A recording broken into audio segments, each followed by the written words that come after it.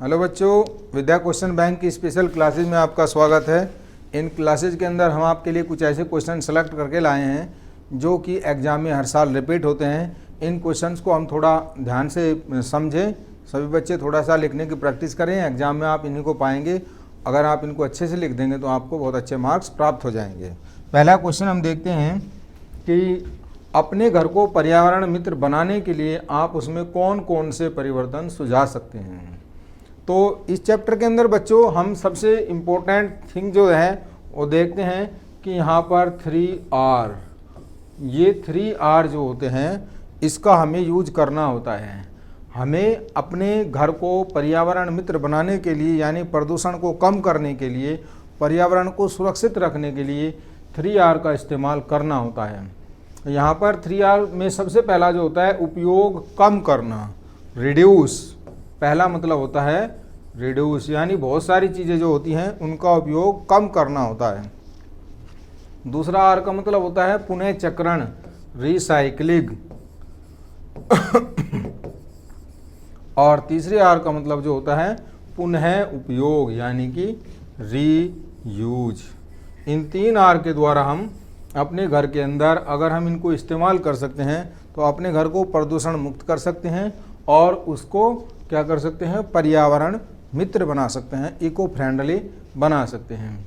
उपयोग कम करने का अर्थ होता है कम से कम वस्तुओं का प्रयोग करना होता है। जैसे हम बिजली के पंखे एवं बल्ब के स्विच को खुला छोड़ देते हैं, जिससे बिजली जो होती है बिना मतलब के नष्ट होती रहती है। तो अगर हम इन सब को बंद करें, ध्यान रखें, तो हम इनके विद्युत के खर्च को, अपव्यय को रोक सकते हैं। टपकने वाली नल की मरम्मत कराकर हम जल के बचत कर सकते हैं, क्योंकि जल आप जानते हैं कि जीवन के लिए बहुत ही अनमोल है, बहुत ही अमूल्य है। अगर इसको हम इस तरीके से बर्बाद करेंगे तो हमारे अंदर जल की जो है बहुत संसाधनों की कमी हो जाएगी। तीसरा जो होता है भोजन को फेंकना नहीं चाहिए, कम से कम मात्रा में इसका इस्तेमाल करना चाहिए। ज़रूरत पड़ने पर दोबारा ले सकते हैं, लेकिन ऐसा नहीं कि पहले ज़्यादा मात्रा में ले लें और बाद में उसको फेंकना पड़े। पुनः चक्रण का अर्थ होता है कि प्लास्टिक, कांच, धातु की वस्तु, ऐसे ही पदार्थों के पुनः चक्रण द्वारा दूसरी वस्तुओं का निर्माण हम कर सकते हैं और जब तक अनावश्यक न हो इनका नया उत्पादन, संश्लेषण नहीं करना चाहिए। और तीसरा जो होता है पुनः उपयोग का अर्थ है कि किसी वस्तु का बार बार उपयोग करना। जैसे प्रयुक्त लिफाफों को फेंकने की जगह इनका हम फिर से उपयोग कर सकते हैं। तो 3R रिड्यूस का मतलब सबसे पहले उपयोग कम करने का होता है, रिसाइक्लिंग का मतलब पुनः चक्रण होता है और रीयूज का मतलब पुनः उपयोग होता है। इन 3R का अगर हम ध्यान रखते हैं तो अपने घर को हम पर्यावरण मित्र बना सकते हैं। अगला क्वेश्चन देखते हैं, संसाधनों के प्रबंधन से आप क्या समझते हैं, इनके द्वारा आप अपने समाज को कैसे लाभान्वित करेंगे, एक संक्षिप्त लेख लिखिए। जैसा कि हम जानते हैं बच्चों, प्रकृति के द्वारा हमें बहुत सारे संसाधन जो होते हैं भरपूर मात्रा में दिए हुए हैं। जैसे पेड़ पौधे हैं, मिट्टी है, जल है, पृथ्वी के ऊपर जो जीवन, वायु है, सूर्य का प्रकाश है, ये जो जीवन हमें प्रदान किया गया है, ये प्रकृति ने एक अनमोल उपहार दिया है। इन संसाधनों की मांग जो है वो लगातार बढ़ती चली जा रही है, क्योंकि बढ़ती जनसंख्या के कारण संसाधन जो है सीमित होते जा रहे हैं। अतः इनका जो रख रखाव है, उसका प्रबंधन है, वो हमें बहुत ही सुनिश्चित करना होगा कि इनका उपयोग हम विवेकपूर्ण तरीके से करें, ताकि वर्तमान में आने वाली पीढ़ियों के लिए वो आवश्यकताएं की पूर्ति कर सकें और ये कम न पड़े।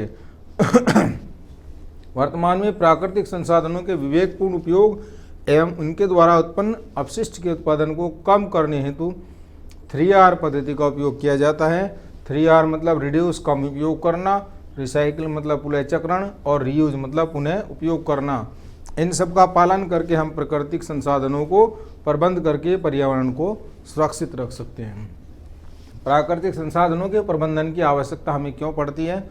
पृथ्वी पर संसाधन जो है वो बहुत सीमित मात्रा में है और मानव की जनसंख्या वो लगातार बहुत तेज़ी से बढ़ रही है, जिसकी वजह से संसाधनों की मांग जो है लगातार दिन प्रतिदिन बढ़ती चली जा रही है। और अगर ये इसी तरीके से बढ़ती चली जाएगी और प्राकृतिक संसाधनों का हम सीमित मात्रा में उपयोग नहीं करेंगे तो एक समय ऐसा आएगा कि आने वाली पीढ़ी के लिए सभी संसाधन समाप्त हो जाएंगे और उनका जीवन जो है नष्ट होने के कगार पर हो जाएगा। प्राकृतिक संसाधनों का जो उचित प्रबंधन है वो दीर्घकालिक महत्व पर विचार करना है। अल्पकालिक लाभ के लिए उनके शोषण को पूर्णतया रोकना है ताकि ये अगली पीढ़ी के लिए उपलब्ध हो सके। संसाधनों का वितरण कुछ अमीर और शक्तिशाली लोगों के हाथ में न जाकर सभी के लिए समान होना चाहिए, जिससे ये संसाधन सभी लोगों के विकास में लाभ दे सके। संसाधनों के शोधन तथा उपयोग को नियंत्रित कर पर्यावरण को क्षति से बचाया जा सकता है। नेक्स्ट क्वेश्चन, प्रदूषण क्या है? गंगा का प्रदूषण आज की भीषण समस्या है। इसको रोकने के लिए क्या क्या विधियां अपनाई जानी चाहिए? प्रदूषण की परिभाषा बच्चों आप सभी जानते हैं। प्रकृति के अंदर जब अवांछित पदार्थ जो होते हैं ज़्यादा मात्रा में इकट्ठे हो जाते हैं तो प्रकृति जो होती है वो प्रदूषित हो जाती है। प्रकृति के अंदर जल में अगर अवांछित मात्रा में अपशिष्ट पदार्थ डाल दिए जाएँ तो जल प्रदूषित हो जाएगा। वायु के अंदर अनावश्यक गैसें जो होती हैं मिल जाएँ तो वायु प्रदूषित हो जाएगी। मिट्टी के अंदर अनावश्यक खनिज लवण या अन्य रसायन डाल दी जाए तो उससे मिट्टी प्रदूषित हो जाती है। इस प्रदूषण को ही हम क्या कहते हैं, जिससे पूरा का पूरा प्राकृतिक पर्यावरण प्रभावित होता है, इसको हम प्रदूषण कहते हैं। अब हम देखते हैं गंगा नदी के अंदर प्रदूषण क्या है, क्यों होता है, कैसे इसको रोका जा सकता है, मुख्य कारण क्या है। हम जानते हैं कि गंगा नदी जो है हमारे देश की बहुत ही महत्वपूर्ण नदी है, जिसको हम गंगा माँ के नाम से पुकारते हैं और इसकी पूजा भी करते हैं। हमारे धार्मिक ग्रंथों के अंदर इसको बहुत ही ज़्यादा पूजनीय माना जाता है। कुछ समय पहले क्या है, गंगा में जल में खराब न होने का गुण था और निर्मल जल वाली है नदी जो है हमारे देश के 5 करोड़ लोगों की जल की आवश्यकताओं की पूर्ति करती है। इस पवित्र नदी का जो उद्गम स्थल है वो गंगोत्री के ग्लेशियर से भगीरथी के रूप में होता है और देवप्रयाग में भगीरथी, अलकनंदा और मंदाकिनी से जुड़कर ये गंगा बन जाती है। गंगोत्री से निकलने के बाद गंगा सागर पर बंगाल की खाड़ी में गिरने से पहले यह 2500 किलोमीटर का सफ़र तय करती है। यानी कि जहाँ से गंगोत्री से निकलती है, गंगा का उद्गम स्थल गंगोत्री है और जहाँ पे जाकर समाती है गंगा सागर के अंदर जो इसका अंतिम स्थल है, वहाँ तक ये 2500 किलोमीटर तक फैली हुई है देश के अंदर। रास्ते में ये कहाँ उत्तराखंड, उत्तर प्रदेश, बिहार, पश्चिम बंगाल के करोड़ों लोगों के लिए जल उपलब्ध कराती है, हरियाली लाती है और उद्योगों को जल उपलब्ध कराती है। सीवेज के बिना उपचारित किए गंगा नदी में प्रवाहित करनी, नदी किनारे दाह संस्कार करनी, शवों की जल समाधि, उद्योगों से निकले अपशिष्ट को जल में प्रवाहित करने, साबुन लगाकर नहाने, कपड़े धोने, पशुओं को नहलाने, साफ करने व गंगा नदी को मात्र एक कूड़ादान के रूप में करने के कारण गंगा जो है आज की स्थिति में मृत जैसी हो गई है। इसमें प्रदूषण जो है घातक स्तर पर पहुंच गया था और इसकी बीओडी बायोकेमिकल ऑक्सीजन डिमांड जो है बहुत तेज़ी से बढ़ती चली जा रही है और इसके अंदर जो डिजोल्ड ऑक्सीजन है, डीओ घुलित ऑक्सीजन है, वो बहुत कम मात्रा में होती जा रही है। और इन सभी तथ्यों को ध्यान रखते हुए गंगा सफाई अभियान प्रारंभ हुए हैं। ऐसी ही एक योजना का नाम है Ganga action plan. Ganga action plan क्या है? गंगा नदी में प्रदूषण की समस्या को ख़त्म करने के लिए गंगा एक्शन प्लान जीएपी के नाम से एक परियोजना 14 जनवरी 1986 को प्रारंभ की गई थी। इसका मुख्य उद्देश्य क्या था? गंगा के अंदर जो वाहित मल है, सीवेज का नदी में सीधा विसर्जन रोककर जल की गुणवत्ता में सुधार, औद्योगिक अपशिष्टों से नदी का बचाव, सामुदायिक शौचालयों का निर्माण, घाटों का विकास, नदी की जैविक विविधता का संरक्षण, विद्युत शवदाह गृहों का निर्माण और अन्य नदियों के लिए एक आदर्श आइडियल मॉडल का निर्माण किया जाना चाहिए। दूसरा हुआ नमामि गंगे कार्यक्रम। नमामि गंगे कार्यक्रम जो है केंद्र सरकार का एक एकीकृत संरक्षण मिशन है, जिसे सरकार के एक प्रमुख कार्यकाल के रूप में अनुमोदित किया गया है। 20,000 करोड़ रुपए का ये कार्यक्रम 2014 से प्रारंभ किया गया है और इसके मुख्य उद्देश्य क्या क्या हैं जरा एक बार देख लेते हैं। प्रदूषण पर प्रभावशाली ढंग से नियंत्रण पाना होता है, इसको समाप्त करना है। राष्ट्रीय नदी गंगा का संरक्षण इस कार्यक्रम के प्रमुख भाग हैं। इसके अंदर वाहित मल उपचार सुविधाओं का विकास है, नदी के सतह की सफाई है, वनीकरण है यानी ज़्यादा से ज़्यादा पौधे लगाना है, औद्योगिक अपशिष्ट की निगरानी रखना है, यानी कि गंगा नदी के अंदर जो उद्योगों का वेस्ट प्रोडक्ट होता है उसको नहीं डालना है। और रिवर फ्रंट का विकास करना है, जैव विविधता का संरक्षण करना है, जन जागरूकता अभियान और गंगा ग्राम का निर्माण करना है। अगला क्वेश्चन देखते हैं। वन संपदा हमारे लिए अत्यंत महत्वपूर्ण है, इसका संरक्षण कैसे कर सकते हैं, एक लेख लिखिए। हम जानते हैं बच्चों, आप लोग जानते हैं कि बिना पौधों के मनुष्य का जीवन असंभव है, क्योंकि पौधों के ऊपर ही हमारा जीवन निर्भर होता है। हमें जितने भी फल, सब्जी, दाल, अनाज, दवाइयाँ, लकड़ियाँ, औषधियाँ सब मिलती हैं, वो कहाँ से मिलती हैं? वो पौधों से मिलती हैं, वनों से मिलती हैं। अगर पृथ्वी के ऊपर वन नष्ट हो जाएंगे, पौधे कम हो जाएंगे, तो मनुष्य का जीवन जो है असंभव है। तो यहाँ पर हम देखते हैं कि वनों की उपयोगिता हमारे जीवन के लिए क्या क्या है। सबसे पहले वनों से हमें बहुत उपयोगी वस्तुएं प्राप्त होती हैं, जैसे इमारती लकड़ी, ईंधन, कॉर्क, रेजिन, टैनिन, रेशम, औषधियाँ, रबड़ और प्राकृतिक रंग जितने भी प्राप्त होते हैं वो सब कहाँ से मिलते हैं? पौधों से, वनों से मिलते हैं। वनों से पादप उत्पादकों के अतिरिक्त लाख कीट से लाख, मधुमक्खी से शहद, मोम, रेशम कीट से रेशम प्राप्त होता है। औद्योगिक व्यवसाय में कागज, दियासलाई, प्लाईवुड, तारपीन, पेंट उद्योग आदि जो हैं, ये भी औद्योगिक पदार्थ जो हैं कहाँ से मिलते हैं? वनों से मिलते हैं। और प्राकृतिक चक्रों का नियमन एवं पर्यावरण संतुलन, वायुमंडल के अंदर ऑक्सीजन, कार्बन डाइऑक्साइड का संतुलन, जल चक्र को बनाए रखते हैं।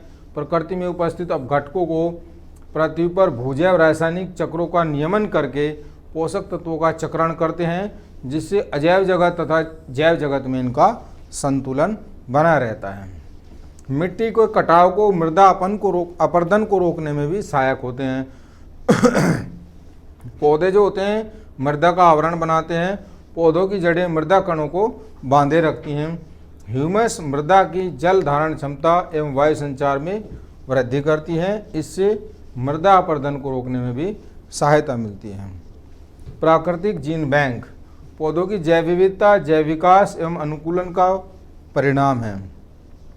जंगली प्रजातियों का उपयोग संकरण द्वारा रोग प्रतिरोधी एवं प्रतिकूल परिस्थितियों को सहन करके योग्य प्रजातियों के निर्माण के लिए किया जाता है।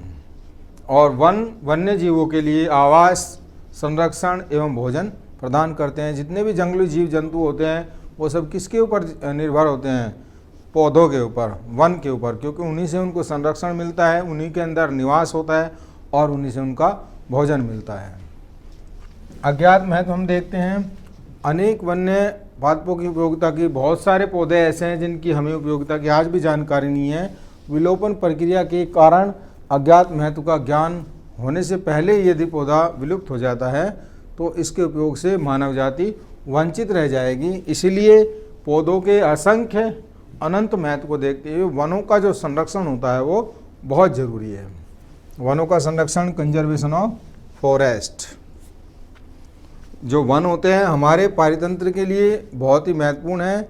इसके संरक्षण में इनमें निवास करने वाले जीवों का संरक्षण जो होता है वो स्वयं हो जाता है। यानी कि अगर हमने वनों को बचा लिया, पौधों को बचा लिया, तो प्रकृति के अंदर रहने वाले मनुष्य जाति एवं जीव जंतु जो हैं खुद ही बच जाएंगे। इसलिए वन का संरक्षण जो है बहुत ज़रूरी है। तो वन संरक्षण के लिए कौन कौन से प्रयास करने आवश्यक होते हैं? सबसे पहले वनोन्मूलन, डिफोरेस्टेशन, यानी कि जंगलों के कटाव पर रोक लगाना बहुत ज़रूरी है। राष्ट्रीय वन नीति के अनुसार देश का लगभग 33% समतल क्षेत्र जो है उसके ऊपर वन होने चाहिए। नए क्षेत्र में वन लगाना है एफोरेस्टेशन। जितनी भी प्रकृति में खाली जगह पड़ी हुई है उनके ऊपर ज़्यादा से ज़्यादा पौधे उगाए जाने चाहिए। काटे गए वनों की प्रतिपूर्ति, रिफोरेस्टेशन, यानी कि जब हम जंगलों से लकड़ी को काटते हैं अनेक उपयोगों के लिए, इमारती भवन के निर्माण के लिए या किसी और औषधियों के निर्माण के लिए, तो जितना पौधों को काटा जाता है उतने ही पौधे पहले से ही लगाए जाने चाहिए। सिविकल्चर, वनों को उगाने की, उनके प्रबंधन की वैज्ञानिक पद्धति जो है उसको हम सिविकल्चर के नाम से जानते हैं। आधिकारिक बायोस्फीयर रिजर्व, राष्ट्रीय पार्क, अभयारण्य, रिजर्व फॉरेस्ट की स्थापना करने से जो है वनों का संरक्षण हो जाएगा। सामाजिक वानिकी, कृषि वानिकी, अर्बन फॉरेस्ट्री आदि पर भी बल देना चाहिए ताकि उत्पाद की लकड़ी की मांग पूरी होती रहे। जन भागीदारी सुनिश्चित करना, संरक्षण हेतु जन जागरण करना अत्यंत आवश्यक है। धन्यवाद।